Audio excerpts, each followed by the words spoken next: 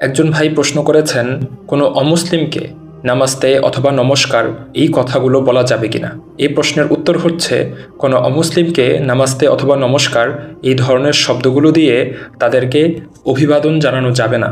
কারণ নামাস্তে এই শব্দের অর্থ হচ্ছে আই বৌ টু ইউ, অর্থাৎ আমি আপনার সামনে ঝুঁকি, আমি আপনার সামনে ঝুঁকছি। আর মুসলমান আল্লাহ রাব্বুল আলামিন ব্যতীত অন্য আর কোনো মাখলুকের সামনে, কোনো কিছুর সামনে তারা ঝুঁকতে পারে না। ঠিক নমস্কারের মধ্যেও এক্স্যাক্ট সেম মিনিং না হলেও একই ধরনের অর্থ নিহিত আছে।